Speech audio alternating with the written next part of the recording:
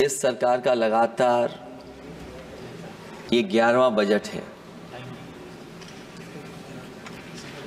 11वें budget के बाद भी नाउम्मीदगी दिखाई दे रही है और सरकार में है तो सरकार के लोग तो अच्छी बात करेंगे ही। न केवल नाउम्मीदगी दिखाई दे रही है बल्कि जो चेहरों पे खुशी होनी चाहिए थी सरकार बनने के बाद, वो चेहरों पे उतनी खुशी नहीं दिखाई दी।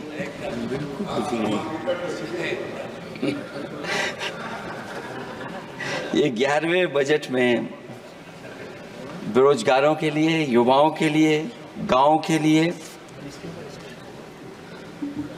और उनकी तकलीफ परेशानी का जो मुद्दा है वो 9-2-11 दिखाई दे रहा है मुझे। महंगाई में घर चलाना, बच्चों को पढ़ाना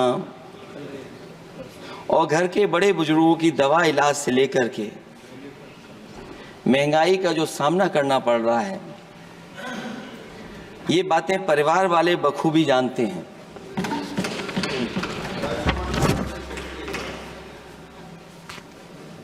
मैं जब सत्ता पक्ष के लोगों के जो आंकड़े देखता हूं और सुनता हूं, अगर इतना सब कुछ 10 साल में अच्छा हुआ है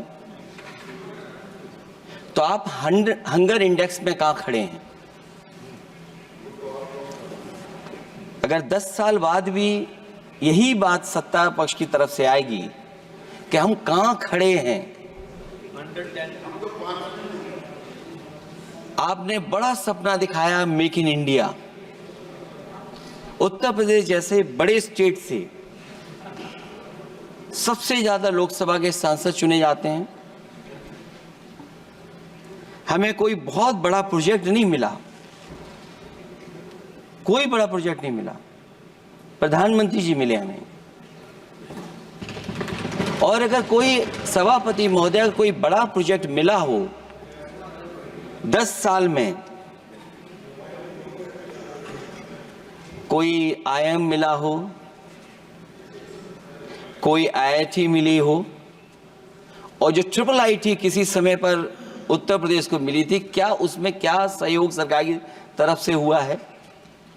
न केवल ये संस्थाएं बल्कि गवर्नमेंट जो एजुकेशन की इंस्टीट्यूशंस हैं वो सेंट्रल की तरफ से कौन सी नई आ गई? मेडिकल के क्षेत्र में कोई बड़ा संस्था आई हो? जो 2 एम्स आए हैं, मुझे याद है कि रायबरेली का एम्स भी समाजवादी सरकार में जमीन दी गई, उसके परिणाम है कि वह एम्स बन गया। गोरखपुर में भी जो एम्स आया, समाजवादी सरकार थी, जमीन दी गई, तब एम्स आया। और जो एम्स आ भी गए हैं अगर वहां 2, क्या उनमें पर्याप्त इलाज मिल पा रहा है? केवल यही नहीं, मेक इन इंडिया सपना तो ये दिखाया गया था कि अगर प्राइवेटाइजेशन हो जाएगा तो नौकरियां मिल जाएंगी। कुछ हद तक तो बहुत सी चीजें प्राइवेटाइज हो गई, लेकिन नौकरियां कम होती चली गई। और जो सबसे बड़ा सवाल है, जो पीड़ित परिवार के लोगों को जो हक और सम्मान मिलता है, क्या ये सरकार वो दे पा रही है? टैक्स कलेक्शन में सपना दिखा रहे हैं कि हम यहां पहुंच गए हैं, आखिरकार एक्सपोर्ट क्यों कम होता चला जा रहा है? और हम जो ट्रेड डेफिसिट है उसको कैसे खत्म करेंगे?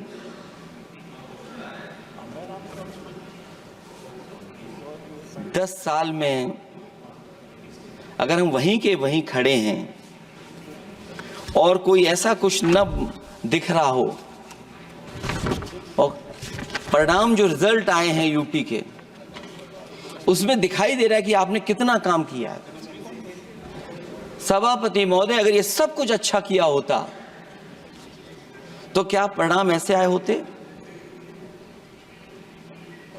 जहां हारे ही नहीं हैं आप, सीटें ही कम नहीं हुई हैं, देश के प्रधानमंत्री जी भी वोट से हारे हैं, वोट से हारे हैं। जो कभी 5 लाख तक जीतना था जिन्हें, या 10 का टारगेट बनाया था, कितने से जीते? तो कम से कम इन चीजों को तो देखें। मैं जब सुनता हूं सत्तापक्ष के लोगों को तो मुझे वो लाइनें याद आ जाती कि वो झूठ बोल रहा था, बड़े सलीके से मैं एतवार न करता तो और क्या करता।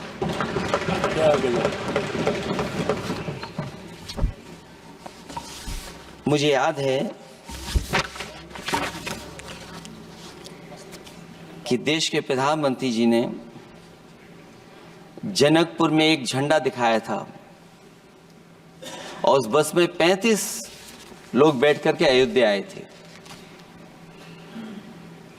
सभापति महोदय, उस समय भी मैंने मांग की थी कि जहां से जनकपुर से यात्रा शुरू हो रही है और अयोध्या तक बस से लोग आएंगे तो पता नहीं कितने घंटों में आएंगे। मैंने मांग की थी कि वहां से लेकर के अयोध्या तक एक्सप्रेसवे बनना चाहिए कि कम से कम जो जनकपुर से आए और अयोध्या दर्शन करने आ रहे हैं और बस से आ रहे हैं, कम से कम उनकी तकलीफ परेशानी तो कम होती। जो आप कहते हैं कि एफडीआई बहुत आया है, मैं अभी सुन रहा था, कहा कि टेलीफोन बनने लगे। टेलीफोन बन नहीं रहे हैं, मोबाइल बन नहीं रहे हैं। वो समाजवादी पार्टी के समय पर नोएडा में जो इंडस्ट्रियल पॉलिसी थी, इलेक्ट्रॉनिक पॉलिसी थी, उसके तहत आई थी। वो इंडस्ट्री जितनी आई है उस समय उस पॉलिसी के तहत आई और बन नहीं रहा है, मेक इन इंडिया नहीं हो रहा है।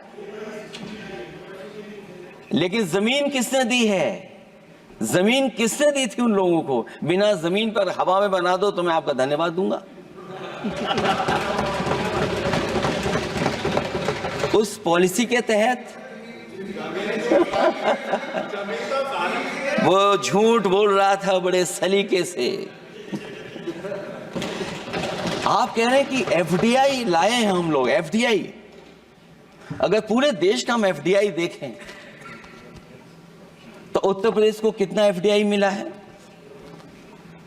सभापति महोदय, अगर 1% से ज्यादा भी एफडीआई उत्तर प्रदेश को मिला हो तो बताइएगा आप। जो प्रोजेक्ट डिले हो रहे हैं, जिसकी वजह से कॉस्ट ओवररन हो रही है, उसका जिम्मेदार सभापति महोदय कौन है? डबल इंजन की सरकार है। लखनऊ में भी सरकार आपकी है, दिल्ली में भी सरकार आपकी है। आखिरकार ऐसा क्यों हो रहा है? और आज ही जब सदन में सभापति महोदय हम लोग आए हैं तो एक और रेल एक्सीडेंट की खबर सुनी है। जब से ये सरकार आई है, रेल एक्सीडेंट्स और पेपर लीक में कंपटीशन चल रहा है कि कौन आगे जाएगा।